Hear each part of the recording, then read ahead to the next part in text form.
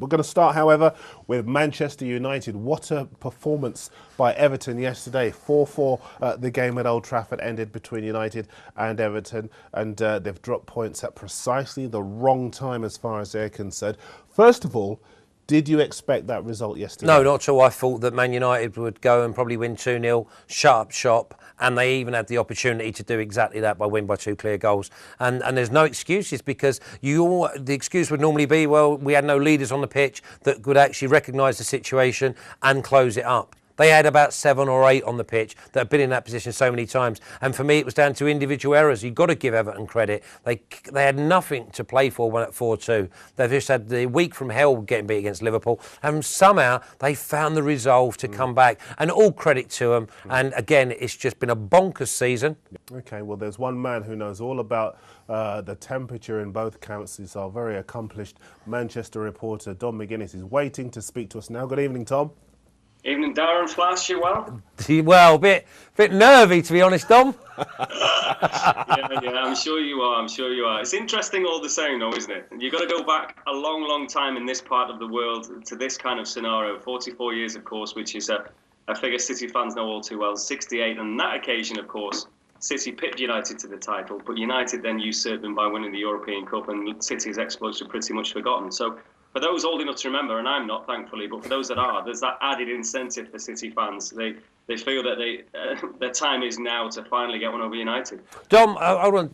Dom, you remember I said to you that back in it must have been November or December, I said I fancy Man United would go to the Etihad and win it. So Man United go there, and if they win at the Etihad, that is game over?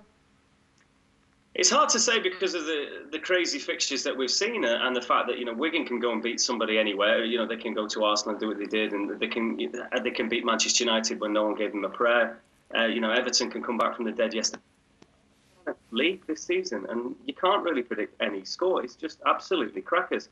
So I think if you look at the fixtures, obviously United have the easier after the derby. They have the easier fixtures in terms of. A couple of away days against teams, or an away day the last game of the season against Scotland, when nothing's really going to matter. Swansea at Old Trafford, when they're already planning for next season, of course, they're safe. But then again, Swansea turn up at Bolton, relegation threatened Bolton on Saturday, and played them off the park, really, particularly in the second half. So it's hard to judge, really. It's just hard to say. City have the, on paper, tougher one. They face Mark Hughes' offside QPR, and Hughes will certainly want to do a number on them. And then, of course, they've got Newcastle away. It looks tougher for City. It's all really, you would imagine, though. Again, a lot of people will be getting carried away, I suppose. But United win at the Etihad, you've got to say it's got to be all over. And I think Sir Alex will be looking for a draw. You just don't lose at the Etihad, and he's obviously going to fancy his chances. Now, Dom, I'm going to tap into your encyclopedic knowledge here, because we're asking the question here, is this the biggest Manchester derby of all time? And Flash says yes, but I just want to give you a couple of other big derbies, courtesy of our man behind the scenes, Chris, who's a bit of a stats man here. And he says April 74, Man United relegated after losing 1-0 at home to City. Results elsewhere meant they would have gone down anyway, to be fair. September 2009, United 4, City 3. Owen scores in the 96th minute to cap a dramatic match. The FA Cup of last year, obviously City's first piece of silverware for 35 years. City came out on top. And September 1989, City beat United 5-1 after a summer in which United spent a lot of money on players under their prospective new owner, Michael Knighton. The biggest of all time for you? It's funny, isn't it? I mean, the next one's always the biggest, isn't it? But yes, it is. It is, because it's pretty much a title decider, and also with everything that's gone on with Manchester City, the project that is City post Abu Dhabi money, and everything's been building. Of course, last season that the expectation was a trophy and a top 4 finish, which Mancini did. It's all about the league this year. They would have preferred to have gone further in Europe, of course, but it's all about the league and winning that other piece of silverware. You just look at the way it's gone, and now the way it is set up with just 3 points in it, the superior goal difference, and the fact that the two clubs, I mean, here, living in Manchester as I do, and the to and fro in terms of the abuse that one set directs at the other and everything else, it's just building to a crescendo. I mean, it has got significantly bigger. I mean, the derbies you mentioned, I've been at every single one of them bar 1974, and there's been so many stories. I mean, the 6-1 earlier this season. So many stories associated to it. And you mentioned the Michael Owen one, the 4-3. I mean, those two stand out in terms of the tide turning. Even though United got the better of City in that Carling Cup semi-final, that's when you started to think, hang on a minute, this one's changed. This is a level playing field. City used to win the odd battle but always lose the war. Gordon. It's changed. You felt that has changed. And that is obviously the feeling that you got at Old Trafford when City won 6-1. Dom, but it's got so much on it. Dom, how do you expect Man City to play? How do you think they're going to come out? I think it might be a bit more conservative. I think Nasri, Silva potentially would be sacrificed. He might play Yaya Toure a little bit further up. I think he might just be that little bit more conservative and see how things go. One thing he will be doing, he probably won't feed Tevez for a week because, he's just going to be unreal, I think. Or feed him raw meat. This one. Do you think he could tip over the edge? Oh, I don't know. To be honest, I think Tevez. He's not Balotelli, is he? He doesn't tend to do that many stupid things on the pitch, does he?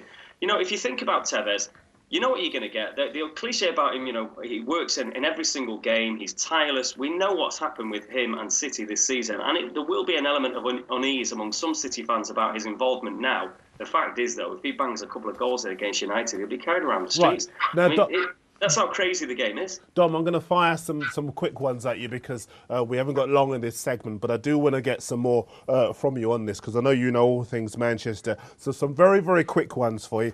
Who will win?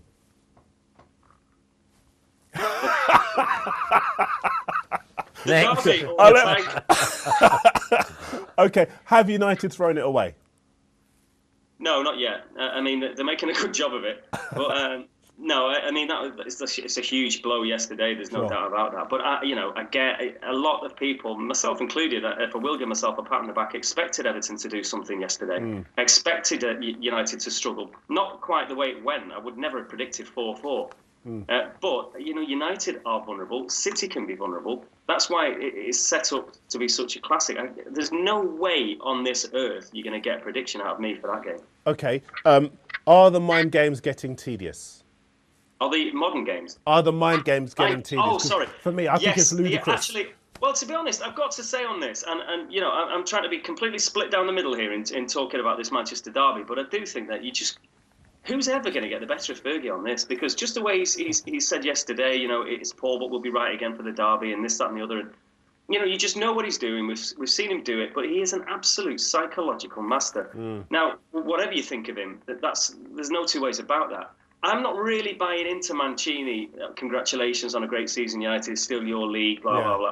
I mean, who's having that? Stay ahead of the game with Sports Tonight Live. Don't miss a thing. Subscribe to our YouTube channel. Search for Sports Tonight Live on Facebook and like our fan page. Follow Sports Tonight TV on Twitter and tweet us your thoughts and opinions. Sports Tonight Live, it's the platform for the fans.